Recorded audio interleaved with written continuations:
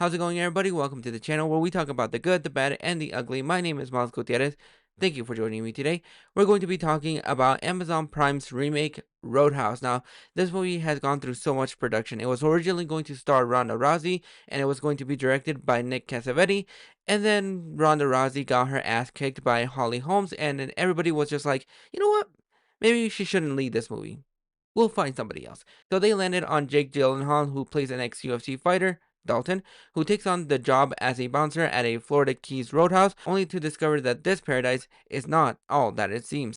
Now, I've only seen about the first 30 minutes of the original Roadhouse, so I'm going into this movie as somebody that has seen a little bit of the original Roadhouse, and I really wasn't all that excited for this movie. There has been so much drama behind the scenes between the director and Amazon, and so that didn't temper my expectations for this movie. I just didn't care for this remake. If you don't like how this movie begins, then you're probably not going to enjoy this movie at all because it leans more into the cheesy aspects than it did in the original film, which that movie kind of has some cheesy aspects to it. But this movie just goes out full blown cheese, and if you are not a big fan of that, then this movie is not going to work for you. However, if you're just a casual fan and you don't mind the cheese, then you're going to have a lot of fun with this movie because that's exactly what this movie is. It delivers everything that a Roadhouse movie should deliver, which is some kick-ass action, and for the most part, there are some great brawl scenes in here,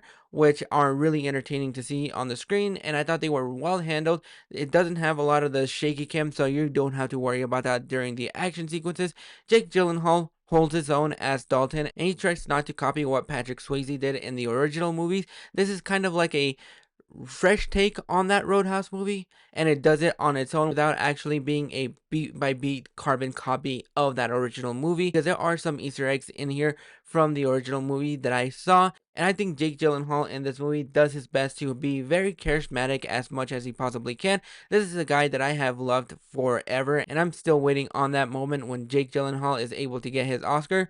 This movie is not going to be that for him, but everybody in this movie knows exactly what kind of movie they're in. They're not trying to take itself too seriously. And if you want this movie to take itself too seriously, then you're going to be really disappointed because they have a lot of fun, especially when you have Conor McGregor coming in.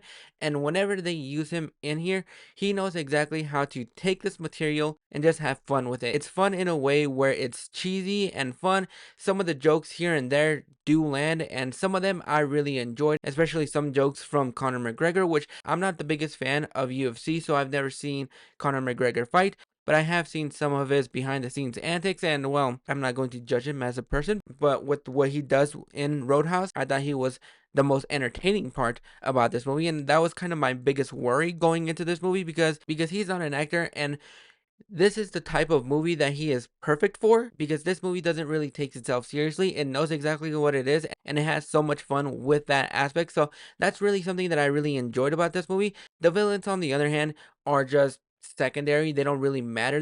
Really don't do anything to here. You have Billy Magnuson, who is the head guy who is sending all of his goons trying to take down this roadhouse, and they're really nothing to write home about because they're just there for Dalton to fight somebody, and they really don't do anything to the plot. Plus, you also have Daniela Melchior, who plays Jake Gyllenhaal's love interest in this movie, and I love her. I've loved her since the Suicide Squad, and I think she is just absolutely fantastic.